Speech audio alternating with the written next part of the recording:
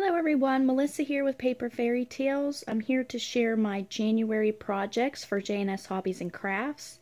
This is one of two projects I completed this month. We were tasked to use Designs by Shelley's Windows and Doors pack. Disregard these are little pieces that I didn't use in my project, but you get three windows. You get these two, this here, and then the door. I originally was going to make a fairy house, but as the projects from the other design team members come through, everybody was making houses or little carts, and I wanted to show a different use for these resin pieces. So I have my art journal here that I hadn't done the cover yet. I was kind of waiting for the right project, and when I got the windows and doors, I decided to use this after I changed my mind on my project. I did video this project as I was creating it, but sadly enough, the video files were corrupted, so I'm not able to show you a process video. Hopefully next time if I do another one of these, I'll be able to share it. This is actually one of my first tries at doing a Finnebear inspired project.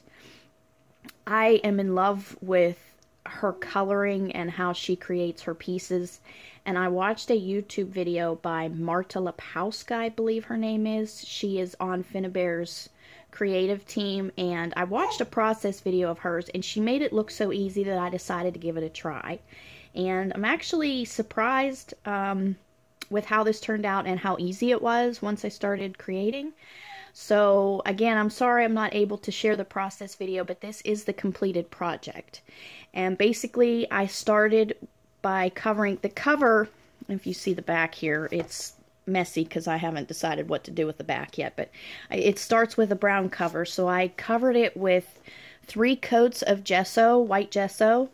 And then I did some stenciling with some modeling paste that actually it's got called coarse modeling paste. It's got like a grit to it to give it some extra dimension.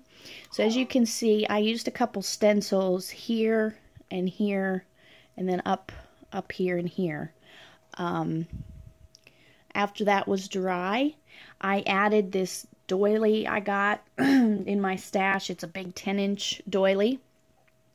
And I put that down just as kind of like a base to maybe create some added tooth when adding the colors.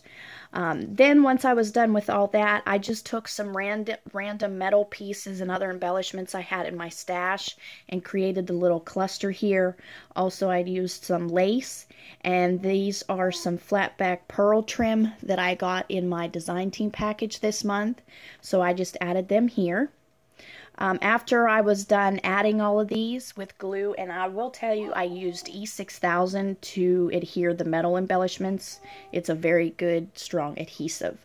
Then I took some little pieces I had from my stash, and these are almost like a puffy material, but they are paintable, so I did add those in some random places.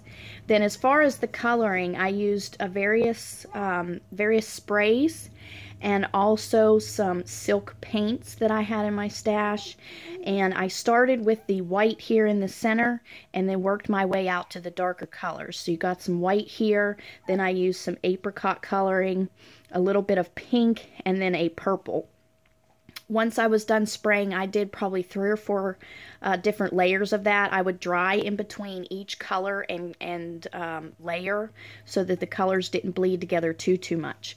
I did let them kind of bleed together a little bit, as you can see in here. And then after I was done spraying, to make the colors stand out more, I used the silk paints to kind of bring out the color of the sprays.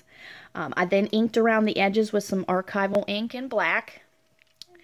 I also added some text here, and then some little word pieces that I had in my stash just to give it some extra little notes. At final touch, I took some Rub and Buff in silver and added it to some of the raised areas here to give it some more dimension. So, but I'm really happy with how it turned out for my first try. Obviously, it's not perfect, but I think for my first try, I really like how it turned out. And these colors, to me, just went together very well and made it pop. So I hope you enjoyed my project, and I will be back soon with my other project for J&S Hobbies and Crafts. And again, their website, you can find them. I'll put the description link, or I'll put the link in the description box below, but you can find them at jshobbiesandcrafts.com.